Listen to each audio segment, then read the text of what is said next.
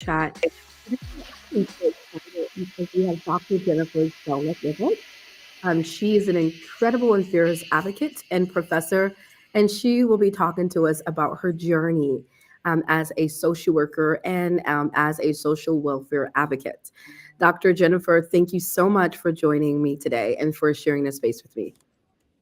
Thanks, Shaniqua. It's really great to be here with you and to have a chance to continue our conversations in this format. Yeah, absolutely.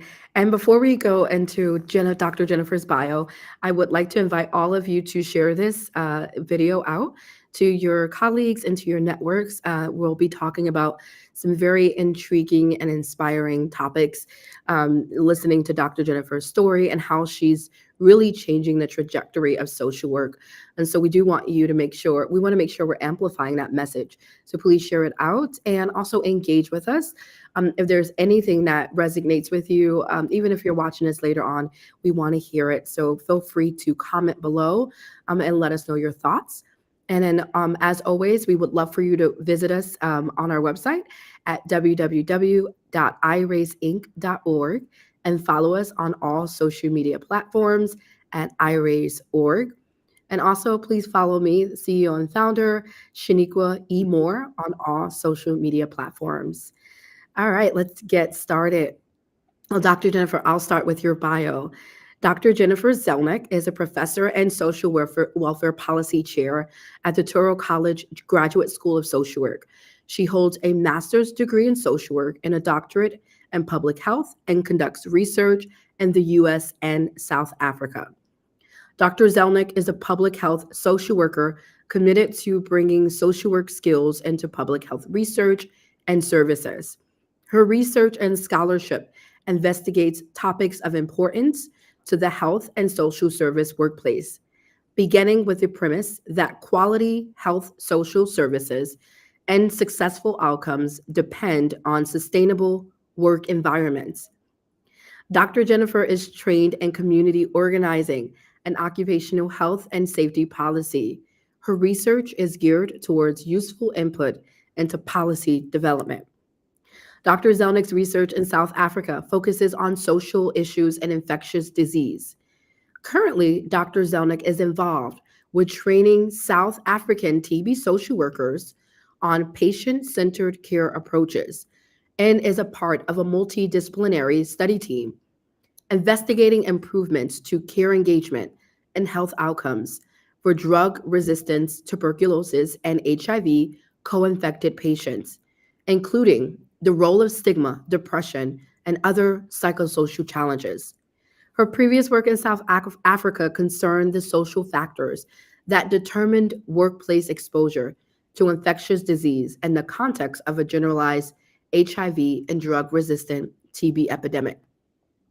Dr. Zelnick serves on the editorial boards of Aphilia, the Journal of Women and Social Work, Health and Social Work, and New Solutions, a journal of environmental and occupational health policy, and as the chair of the Touro College Graduate School of Social Work Social Welfare Policy Sequence, Dr. Zelnick will dedicate her passion to engage clinical social work students from different backgrounds in the political process, social justice, advocacy, public health, and macro practice skills needed for change oriented leadership in the social work field.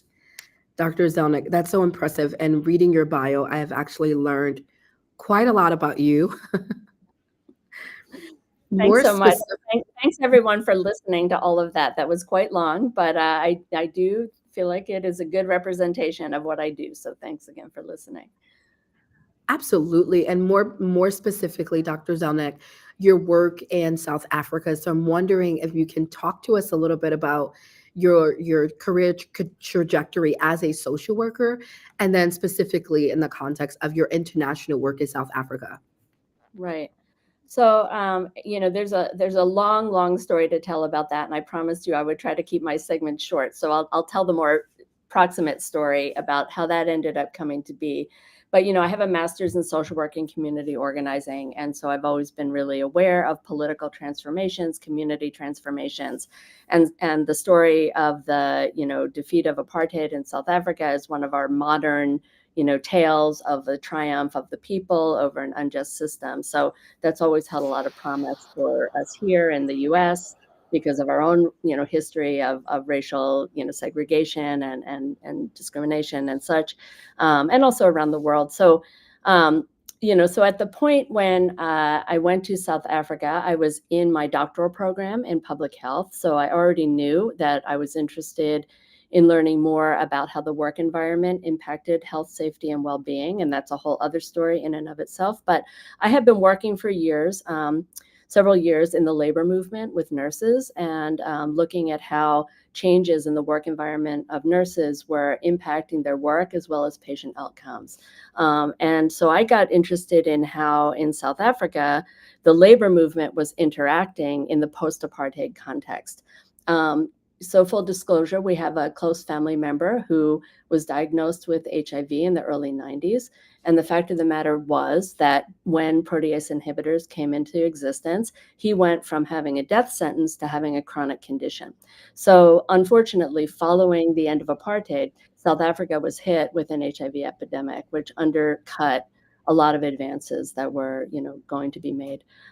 So my husband and I, he was a medical student at the time, went to South Africa together because we were interested in this political transformation and the opportunities that were going on there, but also because of the HIV/AIDS epidemic that was just starting, and the fact that the drugs that were saving our relative's life and allowing that person to live and be there for his children and grandchildren, we're not going to be there for people in South Africa. And it seemed manifestly unfair. And so that's how we ended up going in the first place. That initial trip led to a career for both my husband and myself in research that has come to center on the co-infection of drug-resistant TB, which is the main opportunistic infection of HIV, and the workforce that's involved in providing care and treatment. So, just to cut a long story short, my own work, which started out being about nurses and their workplace exposure to HIV, today is about involving social workers in the care and treatment of people with TB and HIV. And I work with my husband on randomized controlled trial, looking at social work interventions as improving outcomes for these patients, along with a lot of other more scientific and clinical things. So I'll stop there, but that's sort of the long and short. It's a family endeavor. Our kids have all, come there and gotten, exposed to this work. And through that, we've created a lot of opportunity for trainees in medicine, epidemiology, social work, nursing, and things like that. Thank you so much, Dr. Jennifer. What an incredible and powerful story that I never knew. But also, what really resonates with me is it's a family sort of collective passion that you've been able to share with your children, and like how powerful is that? Yeah. Yeah, no, I think, for so many of our students, people come into social work because of something about their background and family, something they've witnessed that they want to make right in the world, and so I think for us, just being in that moment where we, went through that period of time thinking that our relative would pass away from this disease, and then realizing that there was medicine out there that could save their life, but there were structural forces and social forces and socioeconomic forces that might keep somebody from having access to this. So that good news is, over time, South Africa developed universal treatment for HIV through their public healthcare system, and they continue to be a leader in treating, infectious disease through public health system. Not that there's no problems, there are a lot of problems, but this is something that the rest of the world can really learn from. And so we're really hoping to bring social work into that more powerfully. And so I collaborate with a colleague from the Department of Social Work at University of KwaZulu-Natal. We have a small cadre of public health social workers we've been training, but we're looking to grow, these ideas to expand that workforce and also show, that it really makes a difference to be treating the whole person, not just the medical side of things, but, all the trauma, the perhaps substance use problems, the family problems, poverty, things that people are going through as they're trying to cope with these infectious disease conditions, very similar to the things we see here in New York City and around the country. Absolutely. There are two things that stand out for me about what you said, Dr. Jennifer. And one of that is social workers belong in public health. We belong there. And it makes a lot of sense in order to change these structural dynamics and forces that are constantly at play. We must be in these particular fields. And the second thing is you talked about these socioeconomic and structural factors that were impacting the public health outcomes of South Africans. I'm wondering if you can speak to the contrast, but also the similarities that you see in the U.S. as well as what you're seeing in South Africa around these issues. Right. So, so let me just say, like, as a 2-second detour, that, if you look at the history that's taught to public health students and you look at the history that's taught to social work students, we're all trying to own the same history, right? Like a lot of the early people that we talk about in the settlement house movement and who were involved in the Children's Bureau and things like that, those are the same folks that public health practitioners claim as their foremothers and forebearers. So we do have a shared history, of meeting the needs of populations around social issues, sanitation issues, environmental issues, maternal child health outcomes. And so that's a natural history, although I know we've problematized that history. There's a lot of folks left out of it, but nonetheless, I think it stands that there's a shared history in the structures. So, but as far as the structural socioeconomic factors, it is not saying anything that people don't know. Is that poor people, minoritized populations, BIPOC communities tend to suffer worse public health outcomes. And this is not because of behavioral issues. This is because of structural factors, which sometimes over time interact with behavioral issues or lead to, generational stressors, which can also contribute to health outcomes.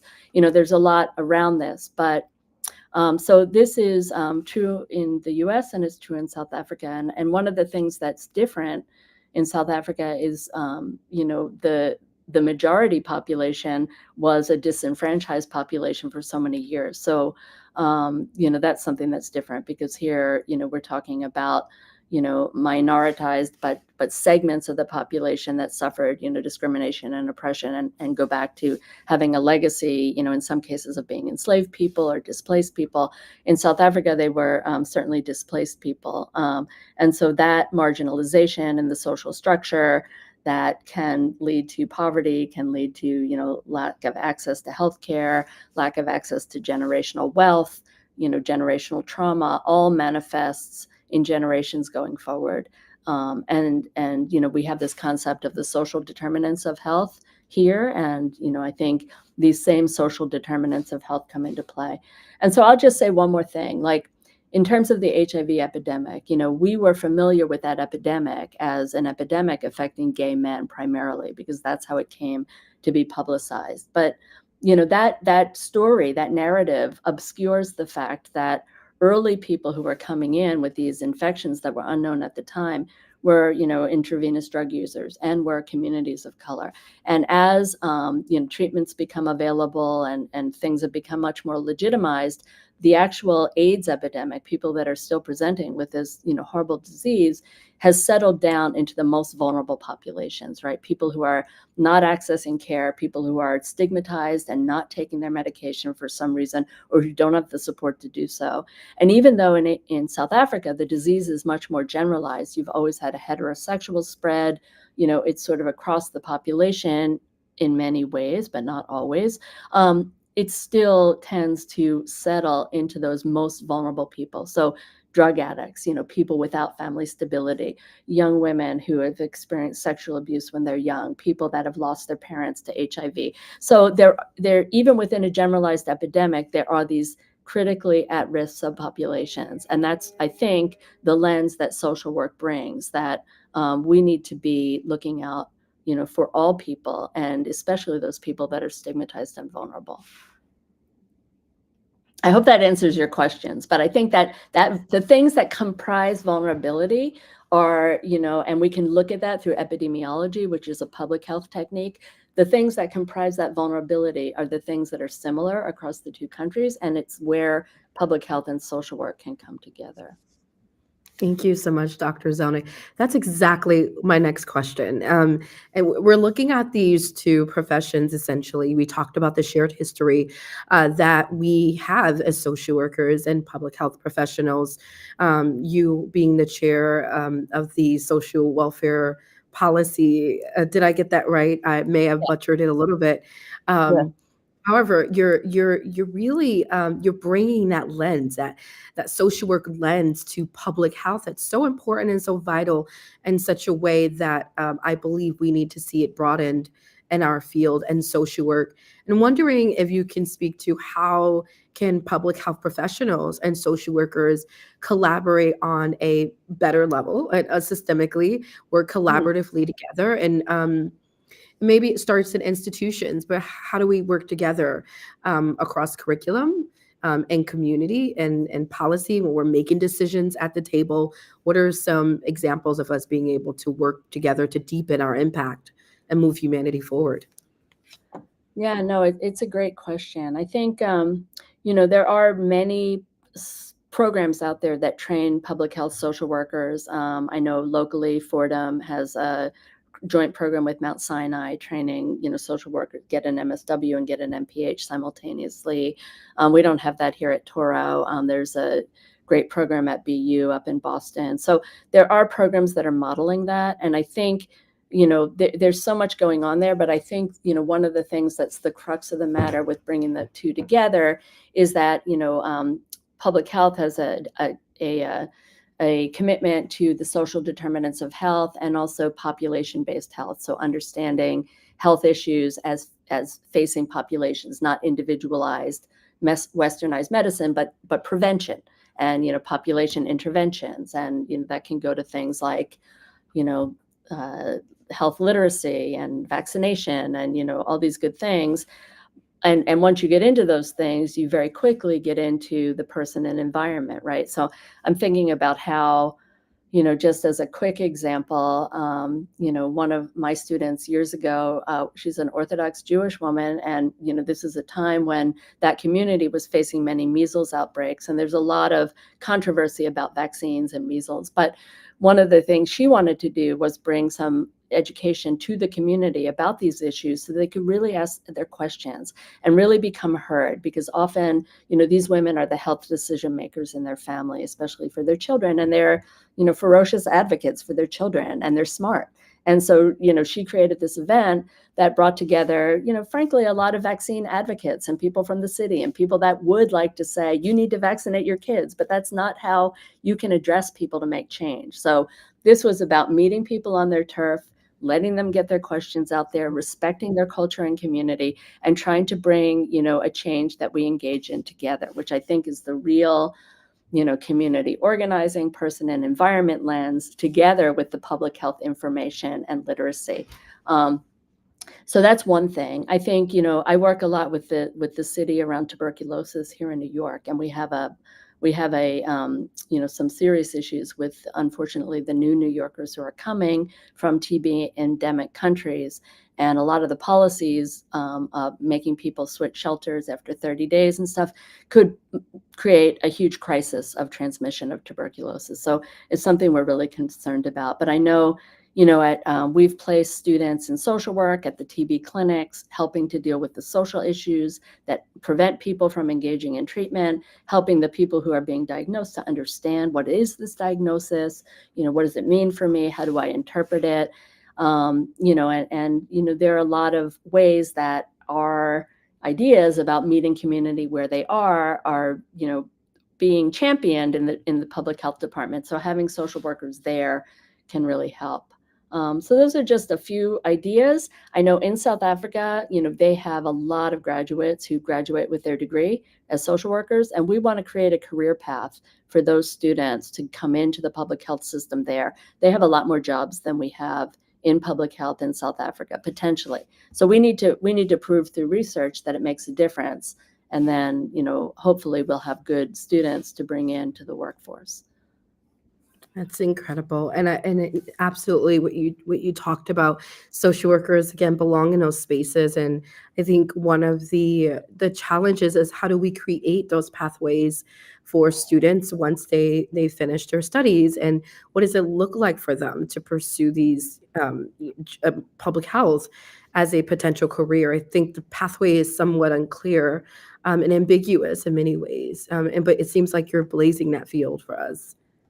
Yeah, no, I think it's true. It is ambiguous, but the only other thing I would say is that the public health view on many of the issues that we deal with really resonates with social work, and that is an opportunity. So, for example, one of the clearest directions that we have in substance use issues is harm reduction. Harm reduction is like an idea that came out of public health. It's about letting people live another day so they can find recovery. It does fly in the face of some of our accepted wisdom about abstinence and where people need to go, but it's reality based, especially with the epidemic of overdose that we're seeing with fentanyl. And so I think, introducing these public health ideas to social work can also help create those spaces. That's just one example. There are plenty of other examples, whether you're looking at community violence, gun control. The public health viewpoint on these things really resonates with our social work values in so many ways. Absolutely. Thank you for that, Dr. Zelnick. And I know we're coming close to time, but I know you also mentioned there was another passion of yours that you talked about briefly earlier, and that was the quality of work environments Mhm. and outcomes for service providers and recipients. And I'm wondering if you can speak to that. What does it look like? How does the quality of work environments impact outcomes for providers and recipients? Yeah, I mean, I think at the most immediate level, we know that if you're accessing social services and you are the client or family that walk into an office, and if you walk into a place that is clean and welcoming, where people have time to listen to you, where people are friendly and treat you like someone of value, even though you're going through something tough. Um, if you're able to see the same provider week after week, or have your needs met that way, you don't feel like you're on an escalator, having to cycle through. That is the kind of service that we want to provide for people. And from the point of view of the worker, if you know that you're valued at your job, if your own child becomes sick, you can take the day off and do what you need to do for them. If you know that your supervisor is going to help you understand your cases and not present you with a bunch of numbers like, here's your caseload, you need to cycle through, get people off the caseload 30 days, these successful outcomes, this treadmill that we can be on because of the way things are contracted, that you will have a happier worker. A happier worker is a key ingredient to the health and well-being of clients. This is what we're giving them. We don't have any other inputs into our services except our skills Mhm. and ourself and our agency and our environment. But there are a lot of things currently that contradict that. And for me, over my career, that has really come up against, I would say, the logic of social work versus the logic of the market. So to the extent that we let a business model drive what we do, we may be suffering. If we're prioritizing productivity, accountability, efficiency, keeping that contract over what we know clients need, we're sometimes in trouble. And I think those are the factors that led me to be interested in work stress, how work stress harms, particularly women and people that provide social services, and how we end up in our field. We don't get paid enough as social workers. We have a lot on our plates. We are just constantly coping with systems that don't see the world the way we see the world, but we put up with it because we are trying to be there for the clients, and we're trying to bridge a gap between what exists and what should be. And so I always, my students are always like, no, I'm not going to work in that kind of agency when I graduate. I'm like, you will. Yeah, you You will. will work in an agency where Yeah. there's a contradiction between what you're Mhm. trying to give and what they're willing to pay for, and we need to figure that out. But through policy, we also need to work on improving investment in the services we know people need to live healthy, productive, and happy lives. And social workers need to be part of that too. And I love what you said, Dr. Zelnick, because that contradictory part that you talked about, or I like to sometimes refer to it as a paradox. The paradox is you're working in these systems that you're expected to be a savior in, but you're also Mhm. susceptible to a lot of the oppression that you're working through. And sometimes it can leave you with a sense of helplessness that Right. things are not going to change because you're trying to create change, but you're trying to create change in an equitable system. And so how do you do that?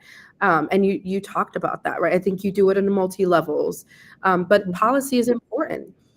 Political process is important, so that we can really see change in these systems.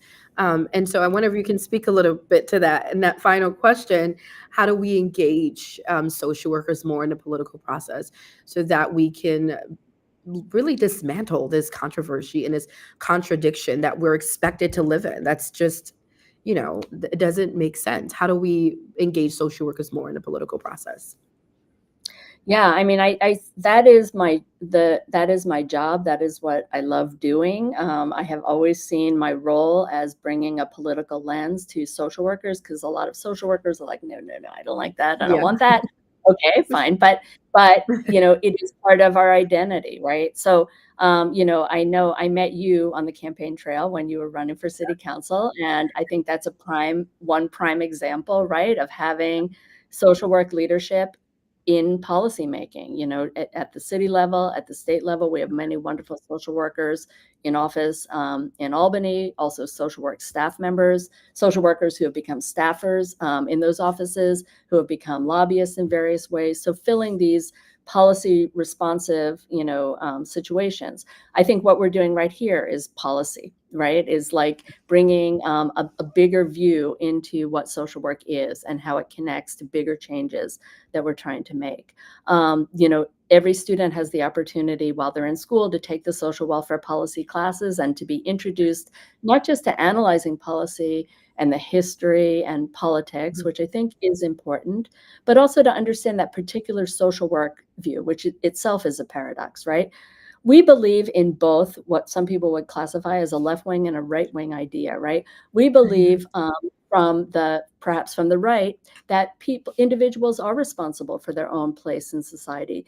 But from a social work view, we believe that people can change, that people can become empowered and have agency and make change. But we also believe, this may be the left wing view, that there's structural forces out there that constrains people's changes, that may need to be changed, that may limit that.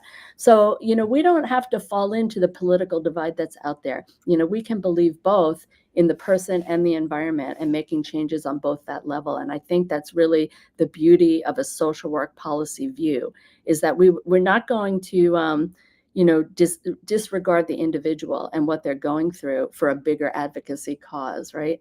And at the same time, we're not going to blame the individual for their situation, and we're going to look at policy solutions that change the structures that govern people. And so it's complicated, but I think, so I'll just say one last thing. The thing the students love more than anything are actual policy practice experiences while they're in school. So we're part of the lead trip every year going to Albany, Legislative Education Advocacy Day. We need more things like that in the city council, in the local district office, at the community boards, and where students can see, oh, my viewpoint matters to people. I have something to bring. People care about the frontline view of a social worker when they're making housing policy, when they're making substance use policy, because we bring the actual stories and we know the nuance of what will work and what won't work. So I just want to encourage anybody who's watching this, just if you work in mental health, if you work in substance use, sign up for the listserv, become active in the policies in your community and in your state that govern those things, because you have a message that is often on behalf of people who don't have a voice, to really, bring those issues to policymakers and help develop policy that will work for our clients and communities. Incredible. Thank you so much, Dr. Zelnick. And there are so many things I was thinking when you were talking, and we don't have time to say it all. But I think the three things that resonates with me are this: number one, social workers belong in public health. Number two, social workers belong in the political process. And number three, social workers belong in power. Yep. I couldn't agree more. And that's why I'm so grateful for your leadership and all the different things you do. And I can't wait to see, what you do and achieve in the future, because I just, have really valued meeting you and so excited by all of this. So thank you for inviting me to be part of this chat. Absolutely. Thank you, Dr. Zelnick, and admire you. I want to openly thank you for just supporting my campaign when I ran for office a few years ago. It has been life changing. And I think it's so special when you have another social worker by your side. And that's a woman, and that gets it. And so that has been very life changing for me. And I really appreciate you. So thank you for your work. Thank you to Turo College. And for all the work that you guys are doing out there, and for all the schools of social work that's in this fight. We're all literally in it together. But I think the future of social work looks a lot brighter. And one of my passion, and I think you share that passion, is getting more social workers involved in the political process and in policy, because we have to say matters, and we absolutely deserve to be in these rooms where decisions are made. Absolutely. Not just deserve, we need to be, to We need to change be there. the thing. So no, I couldn't agree more. Couldn't agree more. Absolutely. So, Thank you, Dr. Zelnick. How can people reach out to you if they're interested in your work or hearing more or getting connected? right. So, you can find me at, my work email, jennifer.zelnick@toro.edu, or, our school's website, gssw.toro.edu. I'm a little bit social media underrepresented, but those ways will work. So thank you. No worries. We appreciate you, Dr. Zelnick. Thank you for sharing this space with me. It's been absolutely incredible. So I hope to have you back in the future. Wish you an Thank you. incredible day. We'll be in touch, and we thank you all for watching and for connecting with us. Thank you so much for your just your engagement. We saw some of your comments out there. We'll be sure to respond to them later on. Let us know your thoughts. Let us know what you're thinking and ways that we could better support the content that you want to hear as well. Again, don't forget to follow us at www.iraceinc.org and iRace.org on all social media platforms. And lastly, we are launching our executive coaching program. So for our teens and young people between the ages of 11 and 19 years old, if you have a passion to start a business, we have career mentors that are going to invest in you. They're ready to pour into you. They're ready to pour into your children. And so if you're interested, you can learn more on our website. And then to our schools that are interested in mental health services, we're opening up for the 2024 to 2025 school year. So if that is you and you need additional support and building out a wellness environment, we have an integrative mental wellness program that will support your school if it is a good match. So reach out to us at info@iraceinc.org. Thank you all so much for joining us. We'll be back next week. Stay tuned.